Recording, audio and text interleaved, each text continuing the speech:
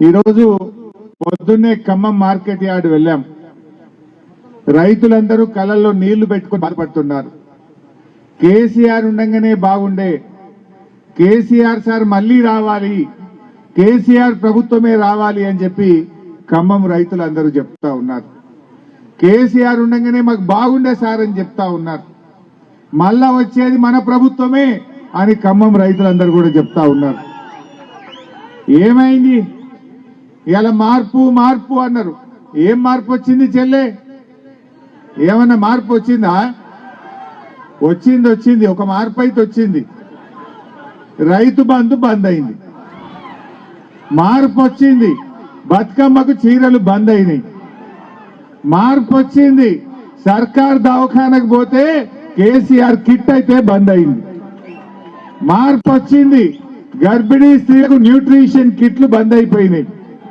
మా దళిత సోదరులకు దళిత బంధు బంద్ అయిపోయింది.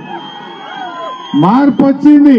మా గొల్ల కుర్మలకు గొర్రె పిల్లలు బంద్ అయిపోయినాయి. మా బీసీలకు బీసీ బంధు బంద్ అయిపోయింది. మునుపట్లాగా 24 గంటల కరెంటు మార్పు వచ్చింది.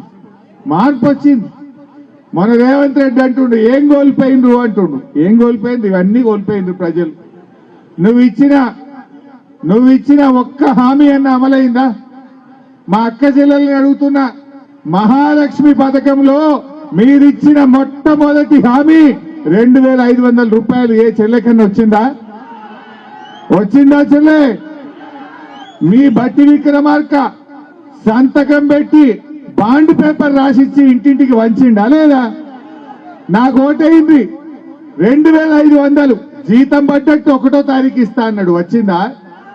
ఇప్పుడు 11 నెలలు అయింది. 11 నెలలు అంటే 27,500 రూపాయలు ఒక్కొక్క అక్కకు చెల్లెకు కాంగ్రెస్ పార్టీ బాకీ పడ్డది. ఏదో ఉత్సవాలు చేస్తుండ్రు. ఏడాది పాలన నిండిందట, ఉత్సవాలు చేస్తుండ్రు. అందరినీ మహిళల్ని తీసుకుపోయి చేస్తున్నారు. నేను అడుగుతున్న మా అక్క చెల్లెలను, ఇవాళ కాంగ్రెస్ పార్టీ ప్రతి అక్కకు చెల్లెకు 27,500 రూపాయలు బాకీ పడ్డదా లేదా? నెలకి 2500. 11 నెలలు నిండి 12 నెలకు వచ్చింది. మరి ఆ పైసలు ఇవ్వాలా వద్దా? కాంగ్రెస్ పార్టీ 27,500 అక్క చెల్లెలకు ఇవ్వాలని డిమాండ్ చేస్తున్నా. ఏమిచ్చింది? అక్క చెల్లెళ్ళ ఓట్లేసుకొని మోసం చేసింది. తులం బంగారం అన్నారు, కాంగ్రెస్ పార్టీ మోసం చేసింది. ఒక్క చీర కాదు 2 చీరలు ఇస్తామన్నారు. బతుకమ్మకు 500 ఇస్తామన్నారు, మోసం చేసిండ్రు. మహిళలకు రాగుర బిడ్డ, మహిళలకు ఎన్నో మాయమాటలు చెప్పిండ్రు. మహాలక్ష్మి మోసం, బతుకమ్మ చీరలు మోసం.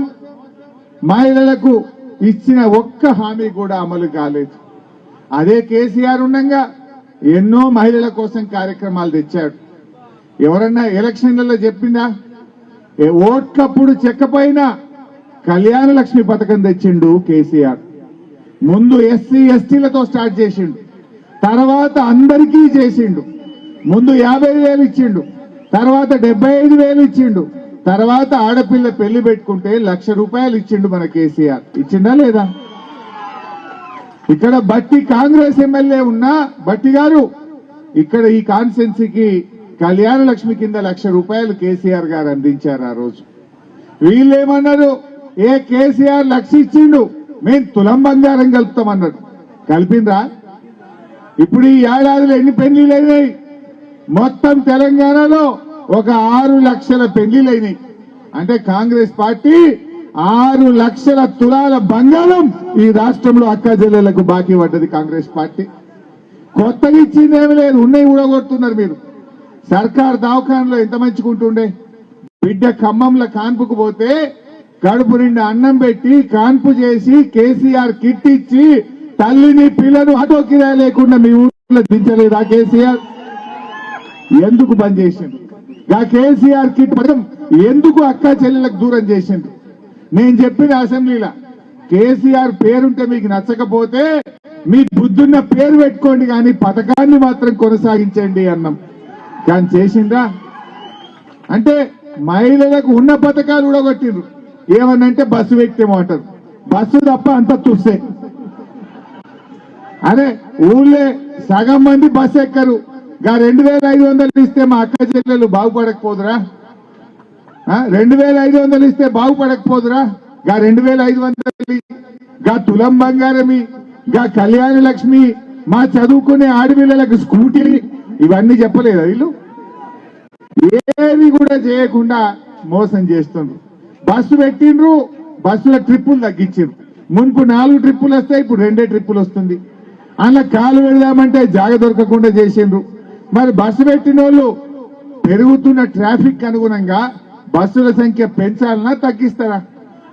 కానీ వీళ్ళు తగ్గించుకుంటూ పోతున్నారు. ఇక మహిళలకేమో ఈ రకంగా మోసం.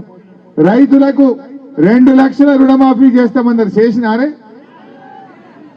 అరే దేవుని మీద ఒట్టు పెట్టిండు కదా భద్రాద్రిలో, రామచంద్ర స్వామి మీద ఒట్టు పెట్టిండు, దేవుని మీద ఒట్టు పెట్టారన్న మాట తప్పుతారా?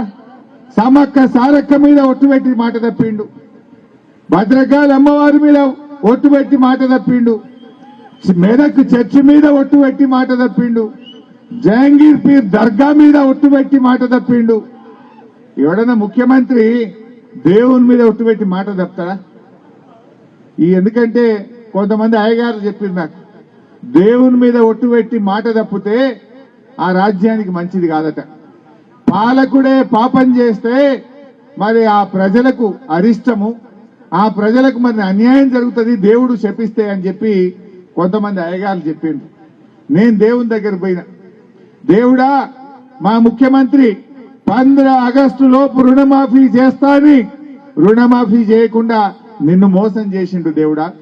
యాదాద్రి లక్ష్మీ నరసింహస్వామి దగ్గర పోయినా, మా ముఖ్యమంత్రి పాపాత్ముడు, మా ముఖ్యమంత్రిని క్షమించు, నా తెలంగాణ ప్రజల్ని కాపాడు దేవుడా అని చెప్పి దేవుడి దగ్గర పోయి దండం పెట్టిన. దేవుడికి దండం పెట్టిన, ఈ ముఖ్యమంత్రికి సద్బుద్ధిని ప్రసాదించు. ఏమన్నా మాట్లాడితే మా ముఖ్యమంత్రి అయితే దేవుని మీద ఓట్లు లేకపోతే తిట్లు, ఇంకేమన్నా ఉన్నాయా? ఆ టీవీ వెంట చాలు, అయితే తిట్లు లేకపోతే దేవుని మీద ఓట్లు. పని చేసే తక్కువ, లొల్లి పెట్టేది ఎక్కువ.